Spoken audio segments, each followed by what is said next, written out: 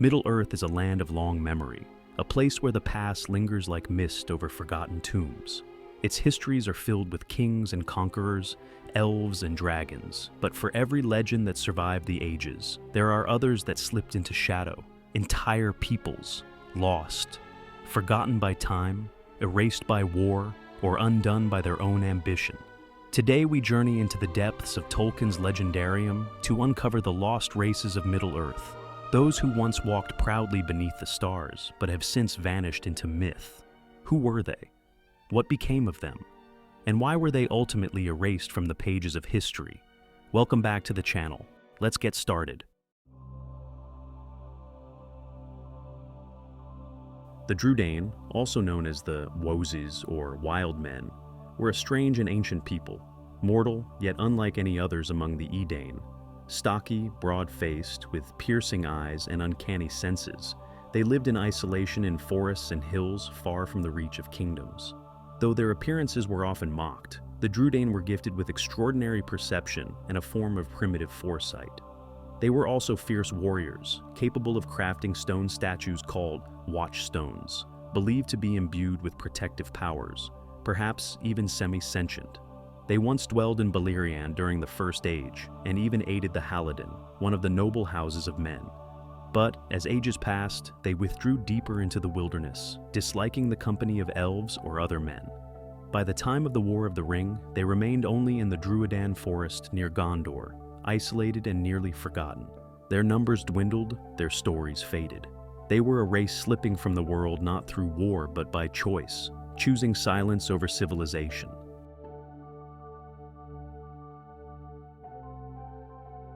Before the mighty halls of Khazad-dûm, before Erebor or the Iron Hills, there were the Petty Dwarves, the Noaghith-Nibin.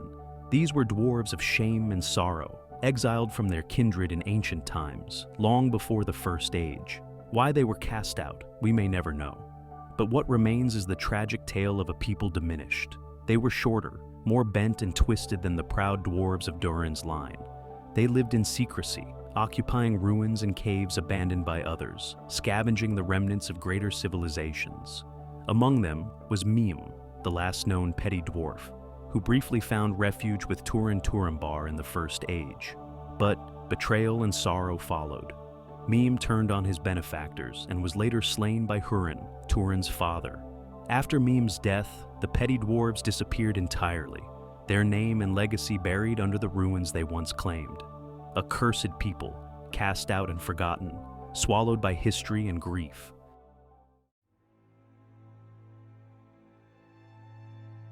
Not all elves followed the summons of the Valar to Valinor. Some refused the call entirely. These were the Avari, the unwilling.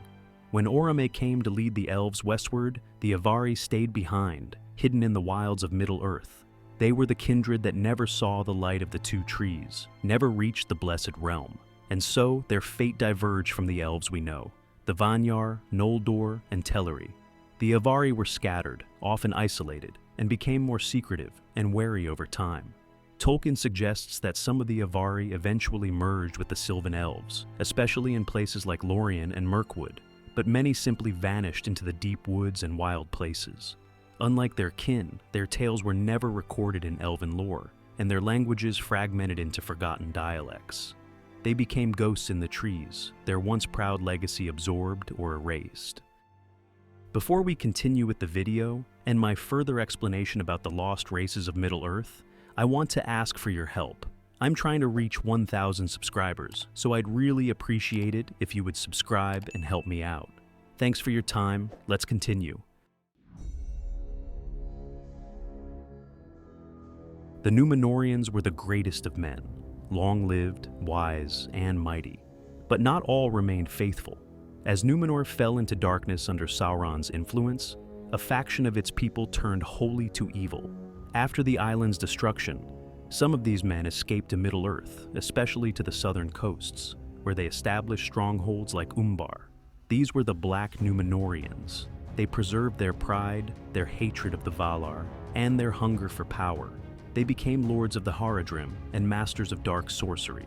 Some even served Sauron directly, perhaps even among the Nazgûl themselves.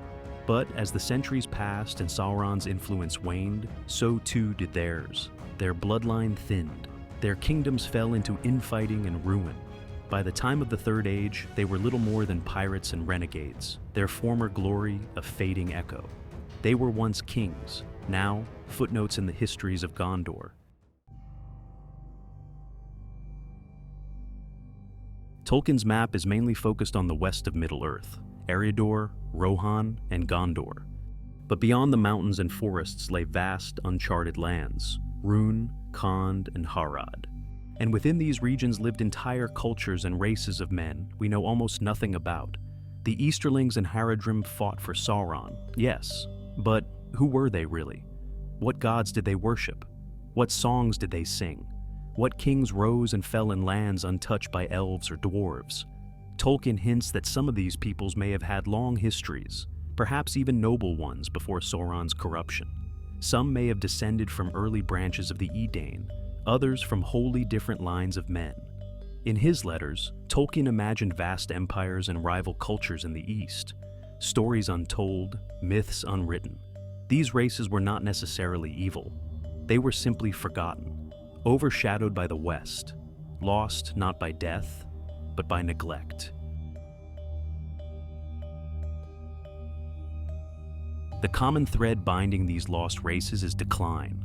Whether through exile, isolation, corruption, or obscurity, each of them stepped out of the central narrative of Middle-earth. They were the victims of great wars, yes, but also of time and tide. Tolkien's world is one of fading light. The elves are leaving, the great kingdoms fall, and even the memory of past ages is dimmed. The lost races represent the cost of that decline. Fragments of a richer world now reduced to legend. They remind us that even in fantasy, history is written by the victors, and the forgotten lie buried beneath layers of myth and silence. Which lost race sparked your curiosity the most?